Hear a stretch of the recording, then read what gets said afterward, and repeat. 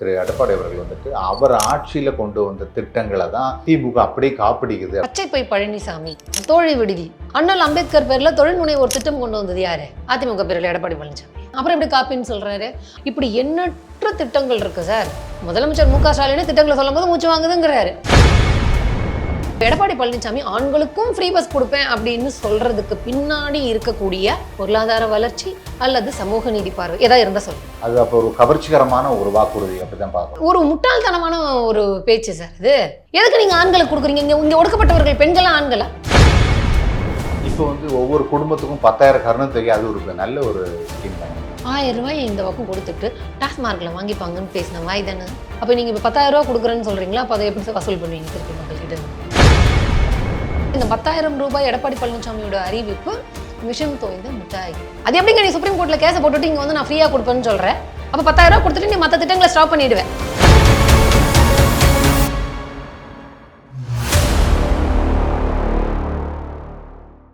இப்போ எதிர்கட்சி தலைவர் திரு எடப்பாடி அவர்கள் வந்துட்டு அவர் ஆட்சியில் கொண்டு வந்த திட்டங்களை தான் திமுக அப்படியே காப்பிடிக்குது அப்படின்னு ஒரு விமர்சனம் பண்றாரு. அது சம்பந்தமா உங்களோட பார்க்கணும். பச்சை பை பழனிசாமி அப்படிங்கிற பேருக்கு பொருத்தமாக தான் அவர் எப்போதுமே பேசுவார்.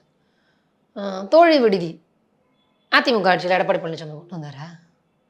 இல்லைல்ல, திமுக தானே கொண்டு வந்துச்சு. அப்புறம் எப்படி காப்பின்னு சொல்றாரு? அண்ணல் அம்பேத்கர் பேர்ல தொழில் முனைவோர் திட்டம் கொண்டு வந்தது யாரு?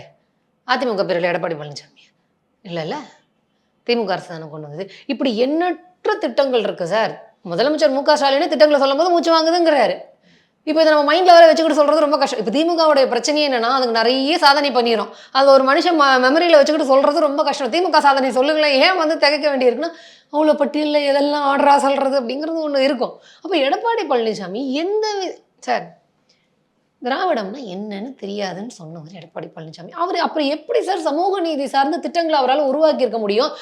அவரோட ஆட்சியில் இந்த மாதிரி பொருளாதார முன்னேற்றத்திற்கும் மாநில சுயாட்சிக்கும் சமூக நீதி வளர்ச்சிக்கும் கொண்டு வந்த திட்டங்கள் ஏதாவது இருந்தால் சொல்லுங்கள். அப்புறமா அதை பார்த்து காப்பி அடிச்சிச்சுன்னு சொல்லலாம். உரிமை தொகை திட்டம் திமுக அரசு தானே கொண்டு வந்துச்சு. அதை பார்த்து காப்பி அடிச்சு தானே இப்போ நாங்கள் 2000 ரூபா கொடுப்போம்னு ஒரு வாக்குறுதி கொடுக்குறாரு. விடியல் பயணம் பெண்களுக்கு கொடுத்தோன்னா அதை பார்த்து காப்பி அடிச்சு தானே எடப்பாடி பழனிசாமி. நல்ல விஷயம் தானே மேடம். ஆண்களுக்கும் கட்டணம் இல்லா பேருந்து சொல்றேன். ஆண்களுக்கும் கொடுப்போம்னு சொல்றது காப்பி அடிச்சு சொன்னது எடப்பாடி பழனிசாமி. அப்ப இங்க காப்பி யாரு? காப்பி பேஸ்ட் பண்ற கட்சி எப்போ அப்படின்னா யார் அப்படின்னா எடப்பாடி பழனிசாமி தான். சார் ஆண்களுக்கும் வந்து இலவச பயணம் கொடுக்கறது நல்லது தானேன்னு கேட்குறீங்க. முதல்ல அதை தான் சொல்றேன். திராவிடம் என்ற சொல்லுக்கு பொருள் தெரியாதவங்க தான் இந்த மாதிரி எல்லாம் பேசுவாங்க. அவருக்கு தெரியாது, எடப்பாடி பழனிசாமிக்கு தெரியாததுனால் அவர் இந்த மாதிரி திட்டங்கள் எதுவுமே கொண்டு வரல. அதனுடைய பொருள் புரியாதனால தான் நாங்கள் ஆண்களுக்கும் வந்து திட்டம் கொடுப்போம் அப்படின்னு சொல்றாங்க, ஃப்ரீ டிக்கெட் கொடுப்போம் அப்படின்னு சொல்றாங்க. சார் திமுக அரசு கொண்டு வரக்கூடிய திட்டங்கள் எல்லாமே மாநில வளர்ச்சிக்கும் பொருளாதார சுழற்சிக்கும் பொருளாதார வளர்ச்சிக்கும் சமூக நீதி திட்டத்திற்கும் சமூக நீதி வளர்ச்சிக்குமான திட்டங்களாக தான் கொண்டு வரும். அப்போ பெண்களுக்கு கட்டணமில்லா பேருந்து பயணத்தை ஏன் கொடுக்குறோம் அப்படின்னா, வேலைக்கு போகிற பெண்கள் அப்படிங்கிற பெர்சன்டேஜை வந்து இன்க்ரீஸ் பண்ணணும். அப்போ பெண்களுக்கு ஃப்ரீ பஸ் கொடுக்கும் பொழுது அவங்க வெளியில் பயணம் மேற்கொள்றதுக்கு வசதியாக இருக்கும். அப்போது வேலை வாய்ப்பில் வேலை செய்யக்கூடிய லேபர் ஃபோர்ஸ் இண்டெக்ஸில் வந்து பெண்களுடைய பார்ட்டிசிபேஷன் அதிகமாக இருக்கும். பெண்களுடைய பார்ட்டிசிபேஷன் அதிகமாக இருக்கும் பொழுது மாநிலத்தினுடைய பொருளாதாரம் வளரும், பெண்களும் இண்டிபெண்ட்டாக இருப்பாங்க, பொருளாதார விடுதலை பெறுவாங்க அப்படின்னு கொண்டு வரக்கூடிய திட்டங்களில் அப்படி ஒரு பார்வை திமுகவுக்கு இருக்குது. அவங்களுக்கு திராவிடம்னா என்னன்னு பொருள் தெரியும், அதனால அவங்க திட்டம் கொண்டு வந்தாங்க. இப்போ எடப்பாடி பழனிசாமி ஆண்களுக்கும் ஃப்ரீ பஸ் கொடுப்பேன் அப்படின்னு சொல்றதுக்கு பின்னாடி இருக்கக்கூடிய பொருளாதார வளர்ச்சி அல்லது சமூக நீதி பார்வை ஏதாவது இருந்தால் சொல்லுங்க. அது அப்போ ஒரு கவர்ச்சிகரமான ஒரு வாக்குறுதி அப்படிதான் பார்க்கணும். ஒரு முட்டாள்தனமான ஒரு பேச்சு சார் இது. எதுக்கு நீங்க ஆண்களுக்கு கொடுக்குறீங்க? இங்க ஒடுக்கப்பட்டவர்கள் பெண்களா ஆண்களா? சமூக ரீதியாக, பாலின ரீதியாக, ஜாதி மத ரீதியாக ஒடுக்கப்பட்டவர்களுக்கு கொடுக்கறது அப்படிங்கிறது அவங்களுடைய எம்பவர்மெண்ட்டுக்கும் இந்த சொசைட்டி வளர்ச்சிக்குமானது. ஆனா நீ ஆண்களுக்கு கொடுப்பேன்னு சொல்ற, எப்படி அது? அப்போ அவர் சொல்லக்கூடிய எந்த ஒன்றிலும் பொருளாதார பார்வையோ சமூக நீதி பார்வையோ இல்லை. அவருக்கு அது தெரியாது. ஒரு வாட்டி ஸ்டேஜில் அபிராமின்னு அவர் எடப்பாடி பழனிசாமி பாடினது உங்களுக்கு நினைவு இருக்கலாம். திராவிடம்னா பொருள் தெரியாது, அம்பேத்கர் பேர் சொல்ல வராது, ஆப்ரஹாம் லிங்கம் பேர் சொல்ல வராது, சமூக நீதினா என்னன்னு தெரியாது, காப்பி பேஸ்ட் பண்ணிவிட்டு பச்சை போய் மட்டும் பேச தெரியும். இப்போ வந்து ஒவ்வொரு குடும்பத்துக்கும் 10,000 கருணை தொகை, அது ஒரு நல்ல ஒரு ஸ்கீம் தானே மேடம். திமுக அரசு 1000 ரூபாய் உரிமை தொகை கொடுக்க திட்டத்தை தொடங்கும் பொழுது 1000 ரூபாய் இந்த பக்கம் கொடுத்துட்டு டாஸ்மார்க்ல வாங்கிப்பாங்கன்னு பேசின வாய் தானே. அப்போ நீங்கள் இப்போ 10,000 ரூபா கொடுக்குறேன்னு சொல்கிறீங்களா? அப்போ அதை எப்படி வசூல் பண்ணுவீங்க திருப்பி மக்கள்கிட்ட இருந்து? அது ஒரு கேள்வி இருக்கும்ல. சார் முதல்ல எதுக்கு 10,000 ரூபா கருணை தொகை? சார் ஒரு திட்டம் கொடுக்குறோன்னா நான் திரும்பவும் சொல்கிறேன் சார், அதில் ஒரு பொருளியல் பார்வை இருக்கணும், சமூக நீதி பார்வை இருக்கணும், சமத்துவ பார்வை இருக்கணும்.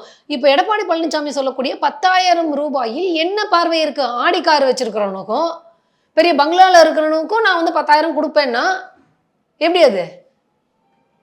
சார் இப்போ எடப்பாடி பழனிசாமி சொல்லக்கூடிய அந்த 10,000 ரூபா நாங்கள் கொடுக்குறோம் அப்படின்னு சொல்றதுக்கு அந்த அந்த அறிவிப்புக்கு பின்னாடி மிக பெரும் ஆபத்து இருக்கு, சூழ்ச்சி இருக்கு. மக்கள்கிட்ட வந்து நல்ல வரவேற்பு தானே இருக்கும் சார். அதுக்கு பின்னாடி இருக்கக்கூடிய ஆபத்தையும் சூழ்ச்சியும் நான் சொல்றேன், அப்புறம் மக்கள் முடிவு பண்ணிக்கிட்டோம். இப்போ 10,000 அதிமுக பாஜக கூட்டணி நாங்கள் வெற்றி பெற்றால் தமிழ்நாட்டில் இருக்கக்கூடிய எல்லா குடும்பங்களுக்கும் 10,000 ரூபா கொடுப்போம்னு இப்போ அனௌன்ஸ் பண்ணியிருக்கு. சரிங்களா?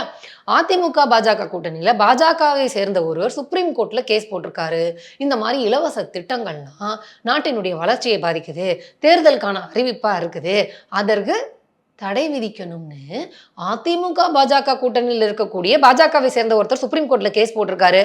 அந்த கூட்டணியில் இருக்கக்கூடிய எடப்பாடி பழனிசாமி 10,000 ரூபா கொடுப்பேன் அப்படின்னு சொல்றாருன்னா இதை நம்ப முடியுதா? இப்போ இதுக்கு ஒரு பின்னாடி ஒரு சூழ்ச்சி இருக்கு. நான் ஒன்னே சொல்றேன், அதிமுக பாஜக கூட்டணி ஆட்சிக்கு வரப்போறது இல்லை. இப்போ இவங்க ஆட்சிக்கு வந்தால் 10,000 ரூபா கொடுக்குறேன்னு சொல்றாங்கல்ல, ஆனால் கோர்ட்ல கேஸ் போட்டு வச்சிருக்காங்க. உச்சநீதிமன்ற நீதிபதிகளே கண்ணீர் வடிக்கிறாங்க. இலவசம் இலவசம்னு கொடுத்து நாட்டை நீங்கள் குட்டிச்சோறாக்கி விட்டீர்கள். அதை நினைக்கும் பொழுது மனம் வேதனையாக இருக்கிறது அப்படின்னு நீதிபதிகள் சொல்றாங்க. ஆனால் நீதிபதிகள் எதையும் இலவசமாக பயன்படுத்தி கொள்ளவில்லையான்னு ஒரு கேள்வி வரும். இப்போ நம்ம சொன்னோன்னா நீதிபதிகளுக்கு மனசு புண்பட்டு விடும். இப்போ நான் என்ன கேட்குறேன், பிஜேபி இப்படி ஒரு கேஸை உச்சநீதிமன்றத்தில் போட்டிருக்கு. உச்சநீதிமன்றம் உட்பட எல்லா அரசியலமைப்புக்கு உட்பட்டு இயங்கக்கூடிய நிறுவனங்களையும் பிஜேபி ஸ்வாகா பண்ணிடுச்சு. இப்போ 10,000 ரூபா கொடுக்குறோம். ஆக்சுவலாக வந்து 2021 திமுக ஆட்சிக்கு வரும்போது அவங்களுடைய திட்டங்கள் எல்லாம் சொல்லும்பொழுது அவங்க வின் பண்ணணும்னு எடப்பாடி பழனிசாமி என்ன சொன்னார்?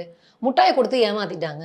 இப்போ இந்த 10,000 ரூபாயும் எடப்பாடி பழனிசாமி சொன்ன 10,000 ரூபாய் கருணை தொகை கொடுப்போம்னு சொன்னது வெறும் முட்டாய் இல்லை, விஷம் தோய்ந்த முட்டாய் அப்படிங்கிறது தான் என்னுடைய கருத்து. ஏன்னா நீ ஒன் டைமா 10,000 ரூபா தரேன் அப்படின்னு சொல்றேன். இப்போ இதற்கு மயங்கி யாராவது அவர்களை ஏற்றுக்கொண்டார்கள் அப்படின்னு சொன்னா பிஜேபி சுப்ரீம் கோர்ட்ல மக்கள் நல திட்டங்கள், அதாவது நிதி கொடுக்கக்கூடிய மக்கள் நல திட்டங்களுக்கு எதிராக கேஸ் போட்டு வச்சிருக்கு. ஒன் டைம் உனக்கு 10,000 ரூபா கொடுத்துட்டு ஆனால் மாதம் நீ பெறக்கூடிய 1,000 ரூபாய் 2,000 ரூபாய் நிதி சார்ந்த உதவிகளை தடுக்கிறதுக்கு சுப்ரீம் கோர்ட்ல கேஸ் போட்டிருக்கு. நாளைக்கு அது ஸ்டாப் ஆயிடுச்சுன்னா என்ன பண்ணுவீங்க? ஏன்னா பிரதமர் மோடியே சொல்றாரு, ஃப்ரீ பஸ் கொடுக்கறதுனால தான் வந்து மெட்ரோ வந்து ப்ராஃபிட்ல இயங்காம போகுது, அதனால மெட்ரோ திட்டத்துக்குலாம் வந்து அனுமதி கொடுக்க முடியாத சூழ்நிலை இருக்குன்னு. பிஜேபி சுப்ரீம் கோர்ட்ல மக்கள் நல திட்டங்களுக்கு எதிராக கேஸை போட்டுட்டு அதே கூட்டணி 10,000 ரூபா கொடுப்போம்னு சொல்லுது. தப்பி தவறி ஆட்சிக்கு வந்தா ஒன் டைம் 10,000 கொடுத்துட்டு நீ அடுத்த 5 ஆண்டுகளுக்கு பெறக்கூடிய மக்கள் நல திட்டங்கள் அந்த நிதியை நிறுத்திடுங்க. அப்போ ஒரு தடவை கிடைக்கக்கூடிய 10,000 ரூபாய்க்காக நீ 5 ஆண்டுகள் பெறக்கூடிய நிதி சார்ந்த உதவியை, உரிமையை இழக்கதற்கு மக்கள் ரெடியா இருப்பாங்களா? அதனால தான் சொல்றேன், இந்த 10,000 ரூபாய் எடப்பாடி பழனிசாமியோட அறிவிப்பு விஷம் தோய்ந்த மிட்டாய். அது எப்படிங்க நீ சுப்ரீம் கோர்ட்ல கேஸை போட்டுட்டு இங்க வந்து நான் ஃப்ரீயா கொடுப்பேன்னு சொல்றேன்? அப்போ 10,000 ரூபாய் கொடுத்துட்டு நீ மற்ற திட்டங்களை ஸ்டாப் பண்ணிடுவேன். இதனால மக்கள் முன்னேறிட்டு இருக்காங்க, பெண்கள் முன்னேறிட்டு இருக்காங்க, அங்கே தடைப்படும் இல்லையா? அப்போ இது நல்ல திட்டம்னு சொல்லாதீங்க. அவ்வளோ பெரிய ஆபத்துங்க இது.